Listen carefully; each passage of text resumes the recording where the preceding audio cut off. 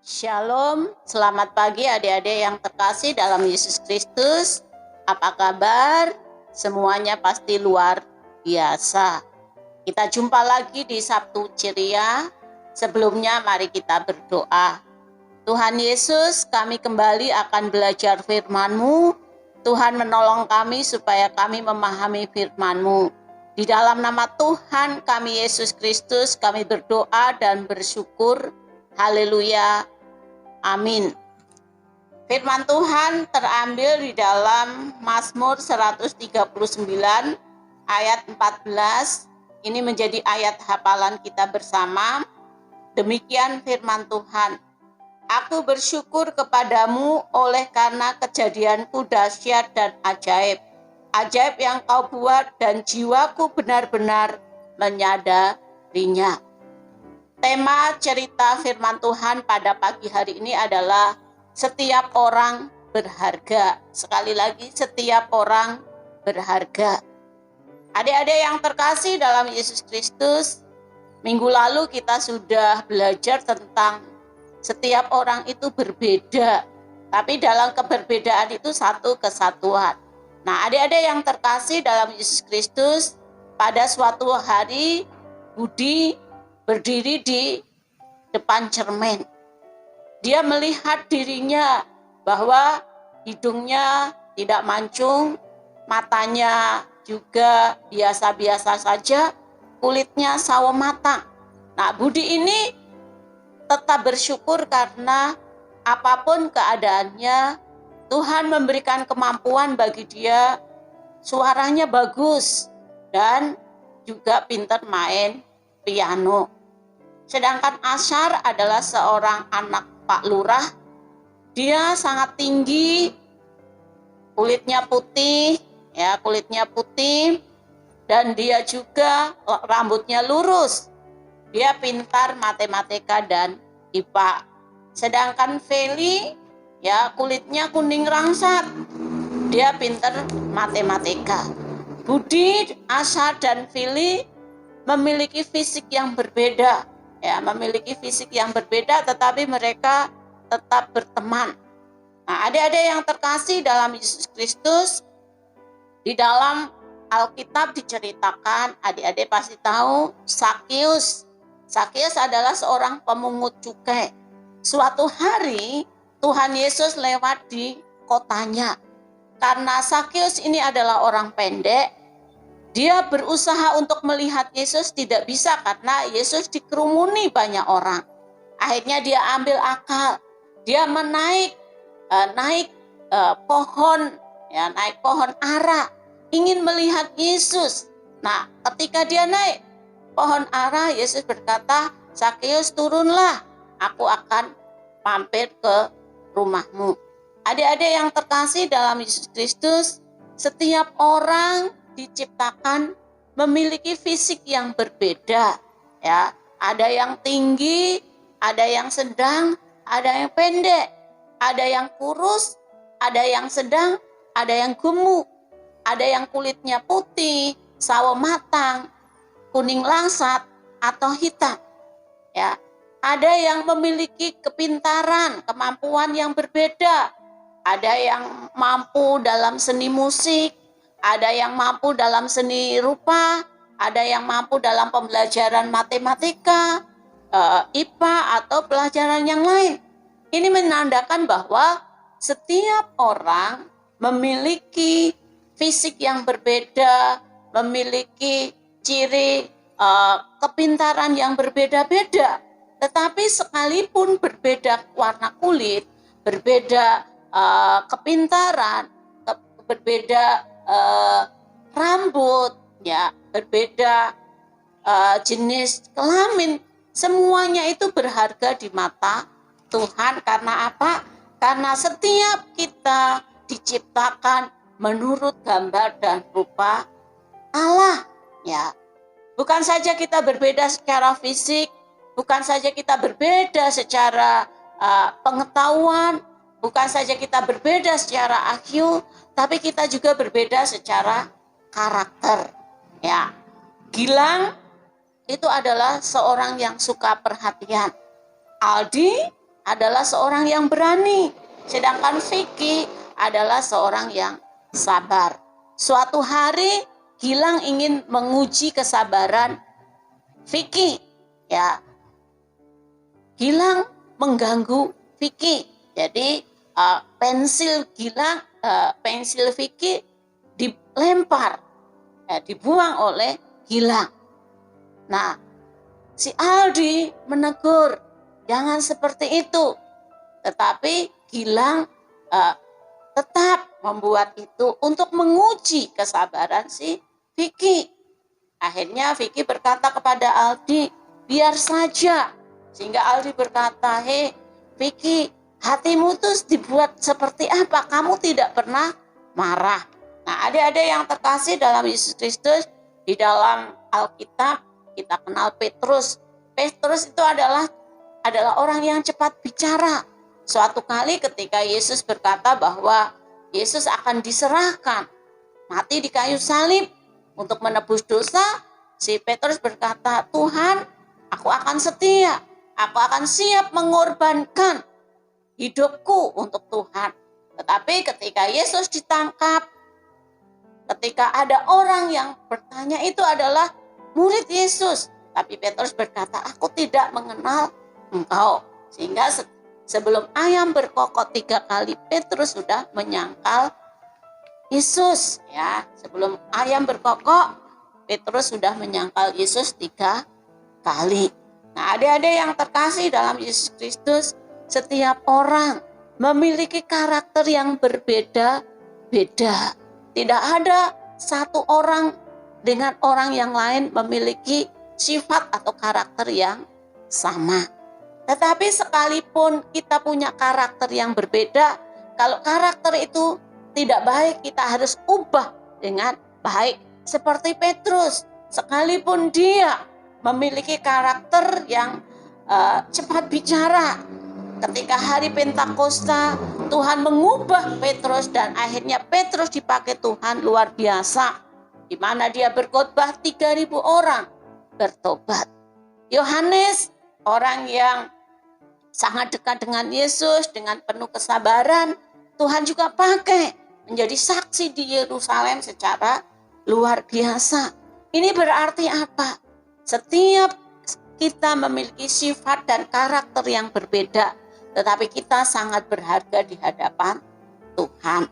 Nah, setiap kita memiliki sifat karakter, memiliki fisik yang berbeda, tetapi kita yang berbeda itu apa yang harus kita lakukan? Kita harus saling melengkapi, ya. Seperti tubuh kita ini. Ya, tubuh kita ini terdiri dari beberapa anggota tubuh kita. Ya, ada mata, ada kaki, ada hidung, ada tangan. Semua anggota tubuh ini memiliki fungsi yang berbeda-beda, tetapi saling melengkapi.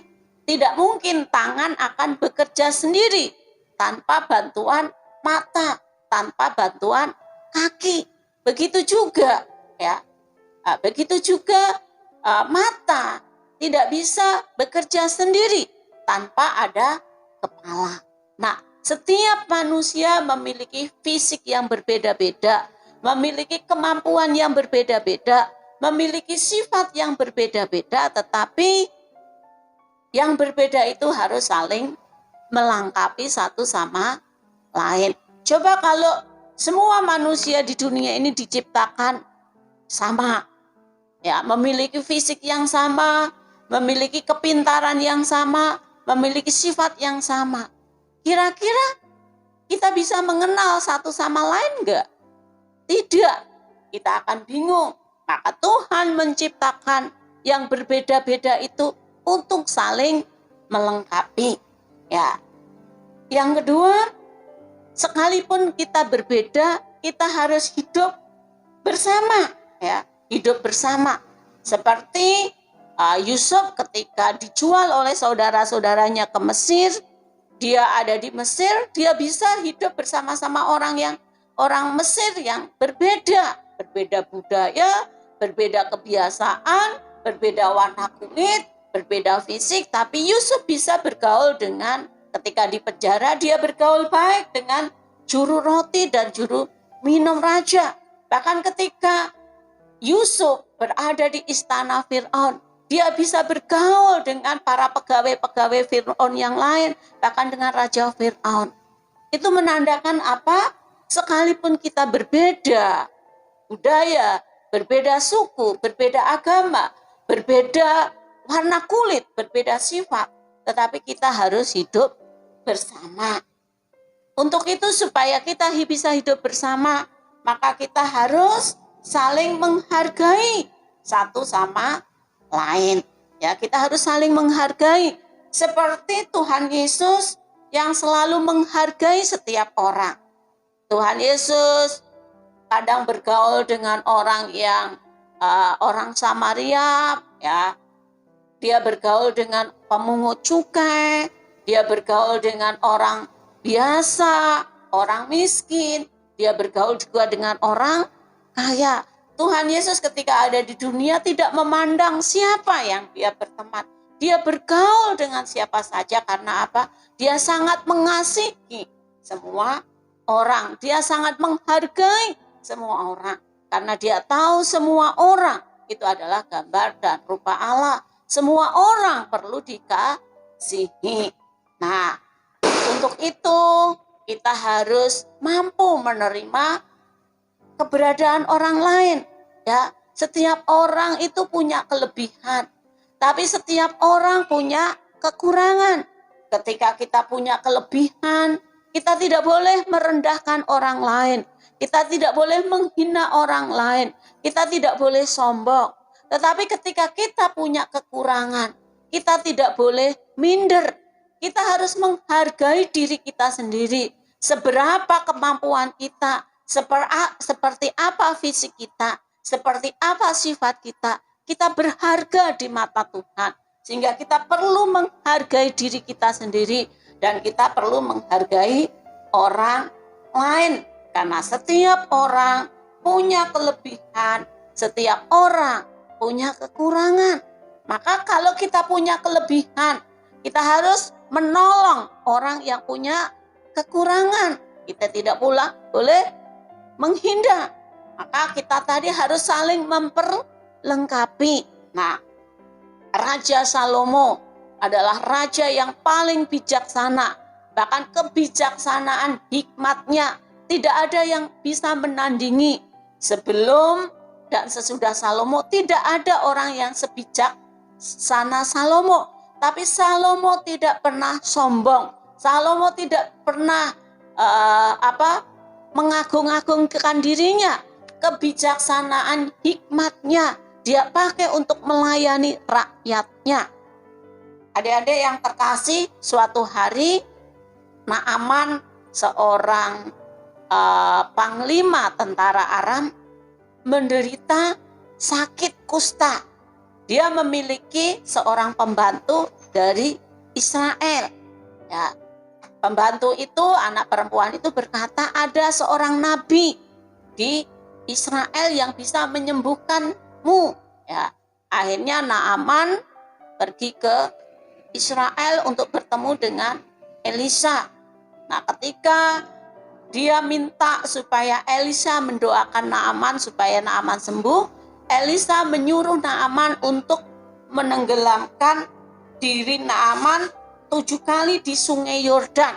Nah, otomatis sebagai seorang yang punya kedudukan tinggi, masa ketika dia datang minta bantuan disuruh mandi atau menenggelamkan diri di sungai Yordan. Tetapi Naaman menghargai Elisa sebagai nabi. Dia mengikuti apa yang disarankan oleh Elisa. Dia pergi ke sungai Yordan dan menenggelamkan dirinya 7 kali. Dan akhirnya sembuh. Karena sembuh, Naaman sangat bersyukur, memberikan persembahan kepada Elisa. Tetapi Nabi Elisa tidak menerimanya karena dia tahu pelayanan yang dia lakukan. Bahkan Naaman adalah diutus Tuhan untuk untuk dilayani oleh Elisa. Naaman ketika persembahannya diterima Elisa, Naaman tidak tersinggung karena Naaman sangat menghargai Elisa adalah nabi Tuhan. Elisa juga sangat menghargai karena Naaman seorang panglima yang disuruh Tuhan untuk dilayani oleh Nabi Elisa. Nah, adik-adik yang terkasih dalam Yesus Kristus, suatu hari ada orang yang dirampok, ya, ada orang yang dirampok dan dipukuli dan dia luka-luka. Nah, ketika ahli Taurat melihat orang luka-luka itu meninggalkan, tetapi orang Samaria yang baik hati mengangkat orang yang dirampok di luka-luka, bahkan dibawanya ke penginapan, diobatinya, dan bahkan dia berpesan kepada yang punya penginapan, semua biaya akan kutanggung. Adik-adik yang terkasih dalam Yesus Kristus, sekalipun dia orang Samaria, dia bisa menolong, dia membantu orang Yahudi tadi yang sedang dirampok. Nah, ini kita bisa melihat bahwa ketika kita memiliki kelebihan, kita tidak perlu untuk memperhatikan, ketika kita memperhatikan seseorang, tidak perlu melihat apakah dia sesuku dengan saya, selevel dengan saya, warna kulit yang dengan saya. Tidak. Semua orang perlu kita tolong. Semua orang kita perlu hargai. Karena sekalipun kita berbeda, kita saling melengkapi. Sekalipun kita berbeda, kita harus hidup bersama. Sekalipun kita berbeda, kita harus saling menghargai satu sama lain. Karena apa? Apapun keadaan kita, apapun keadaan orang lain, berbeda warna kulit, berbeda fisik, berbeda kepandaian, berbeda sifat, semuanya itu kita berharga di mata Tuhan. Karena kita diciptakan Tuhan seperti firman Tuhan. Tuhan menciptakan kita sangat ajaib, sangat dahsyat. Karena kita berharga di mata Tuhan. Maka kita harus saling menghargai, saling melengkapi, saling tolong-menolong, saling hidup bersama, saling rukun satu sama lain, saling mengasihi karena kita sudah dikasihi oleh Tuhan. Biarlah firman Tuhan pada pagi hari ini menjadi berkat bagi kita untuk menghargai diri kita dan menghargai orang lain. Karena kita sangat berharga di mata Tuhan. Mari kita berdoa. Tuhan, terima kasih karena kami berharga di mata Tuhan. Kami harus menghargai diri kami sendiri. Kami harus menghargai orang lain. Kami tidak boleh menghina diri kami sendiri. Kami juga tidak boleh menghina orang lain. Kami diciptakan berbeda fisik, berbeda kemampuan, berbeda karakter, berbeda sifat. Jika ada sifat dan karakter kami yang tidak baik, biarlah kami siap diubahkan Tuhan, siap dipakai Tuhan untuk menjadi terang dan garam dunia. Berkati studi kami, berkati kesehatan kami, jaga lindungi kami. Tuhan, kami berdoa secara khusus pada tanggal 1 sampai tanggal 7 kami akan menghadapi ujian semester. Tuhan memberikan kepandaian kepada kami. Di dalam nama Tuhan kami Yesus Kristus, kami berdoa dan bersyukur. Haleluya. Amin.